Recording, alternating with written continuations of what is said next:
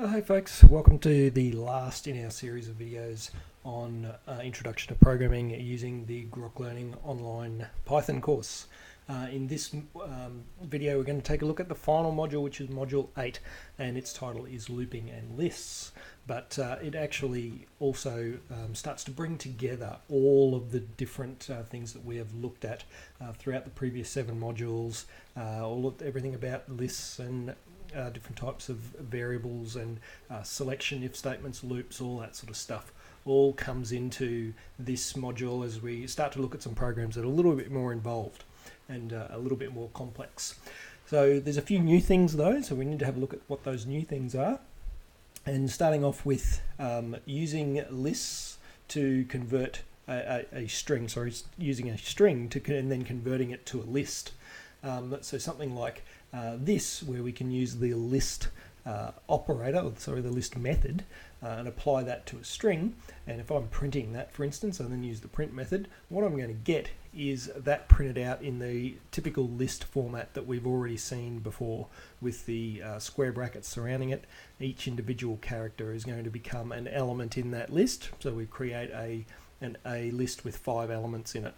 0-based index values added to those elements so that we can then refer to them in the way that we have seen previously when we're working with lists. So we can convert a string to a list using that command. We can also split a string at a particular point using something that we call a separator. So here we've got a string that's stored in a variable called text, but between each group of 3 letters there is a colon, which is acting like a separator. So we can pick up that particular separator and use that as the point where we split those characters to form our items in our list, our elements in our list. So if I use my split method, which we've seen before, but I say I want to split at the colon character, I want to split that text, and I'm going to split that up into a new list variable called words. And then if I'm outputting those words, I'll see that I've got a list where each element is a group of 3 characters having been split up at the colon characters. You can use any character as the split. It doesn't have to be a colon, it's just a convenient character to use. But I can split those up and create a new list in that way. I can join lists using a separator as well. So as well as splitting lists at a separator, I can use a separator character to join them together. So if I want to define what my separator character is, and I'll put that in a variable so that that's defined, and then I have my list, in this case it's called values, and I've got characters A, B, C, D and E as separate elements in that list. If I decide I want to join them together, I can use my join method and join the values list at the separator, so sep.join the items in the values list, and I output that. I'm now going to get a string that's just joining those list items together, including the separator. So they're separated by that colon character, but that's just a string. They're no longer a list. I've joined the elements in the list together to form a string. I can also join to an empty string, and this is something that might be reasonably common to want to do. So take the elements in a list and join them together to a string that is empty. So there's my same string, values, with a set of elements in that list. And if I want to join those values together, I can, rather than joining them using a separator, I can use my .join method and join them using to an empty string, which is just represented by a set of quotes with nothing inside of them. And I'm going to get the list joined together without the separator this time. So I can do that in a couple of different ways, joining things from a list into a string. Sometimes I want to slice a list up. I've got an existing list, and I may only want to isolate a piece of that list, and I don't want the whole thing, I just want some of it. For example, here's my list here with certain colours. I've got 4 different colours in that list. I might only want the first 2 colours of that list. So I can take the first 2 colours using the colon 2 syntax inside of those square brackets. So what I'm saying there is I'm looking inside the colors list, and I only want to isolate and separate out into a new variable called fewer colors the first two elements of that list. So when I print that new variable, that new list, I'm going to get the elements red and blue, which are the first two items of the list. I can get items from the end of the list as well using negative values like we've seen before. And searching inside of a list is something that's reasonably common that you want to do. So I've got a list of items and I want to look inside that list and see if a particular item is present in the list or not. So if I've got a set of words, the fox jumped over the dog, as individual elements in a list, and I want to find out, is the word jumped in my list anywhere? So I can have a look in that list, and I can use the syntax is jumped as a string in the words list. It will go and have a look, and it will return a Boolean value. So it will return either a true or a false, and it also matches the case. So I need to make sure that I'm using the capitalization in my search term correctly. This in this case is going to return the value of true, because the string jumped is actually one of the elements inside my list.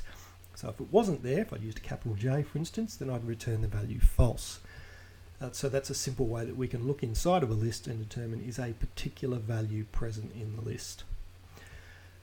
As well as those things in this module, we'll see some problems that start to combine different things that we've done. So here's an example where we've got a list called books. We're asking for input. We're looping through that list, doing some stuff. We're sorting it at the end and we're printing it out. So that's using quite a few different concepts that we've covered across the 8 modules, all in one little program. That can get a little bit confusing and take a little while to get used to. So one of the things that you'll start to see is making use in this module of a concept called pseudocode. Pseudocode is a way of structuring our program and thinking about our program without actually having to write the code. We can do that using comments. These little funny characters with the crosshash on the beginning that come up in red in our Grok online environment are called comments.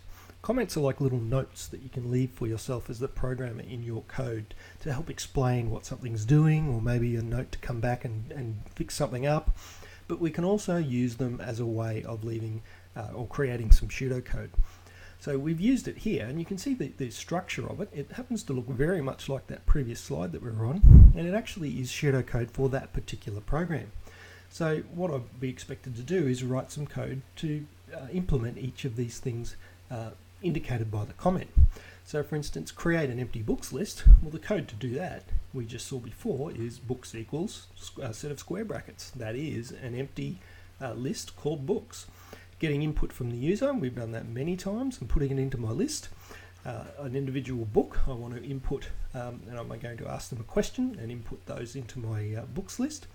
And then I want to use a while loop to loop through the list while the user is not providing an empty string. So in other words, when they're asked for input, they haven't given me nothing. While book not equal to empty is the condition of my while loop.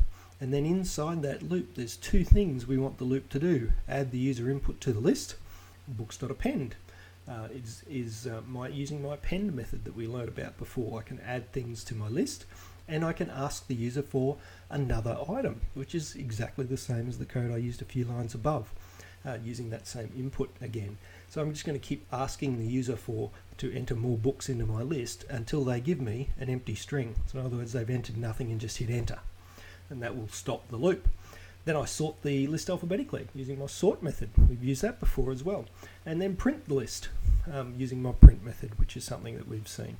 So pseudocode can help us identify the things that we want to do in our list in more simple language, language that we understand, but also the structure of what it needs to look like. And then we can concentrate on, okay, so what does that need to look like in code? So you'll see a few examples of that in some of the problems in Module 8. And here's we got that very same program, except the previous version will print the items across the page, which might look a bit ugly. If we want to print them down the page instead of across, then we can use another loop and loop through the individual book items and print them. so that they will print down the page instead of the previous version of that program. So you can go into, this is the first note slide in Module 8, you can go and have a look and try that out in the little Grok editor in there, the Python editor, and play around with that and see how that program works. But that's it, they're the highlights of Module 8. You've got a few problems in there that will test you and pull all of these concepts together, so see how you go with those.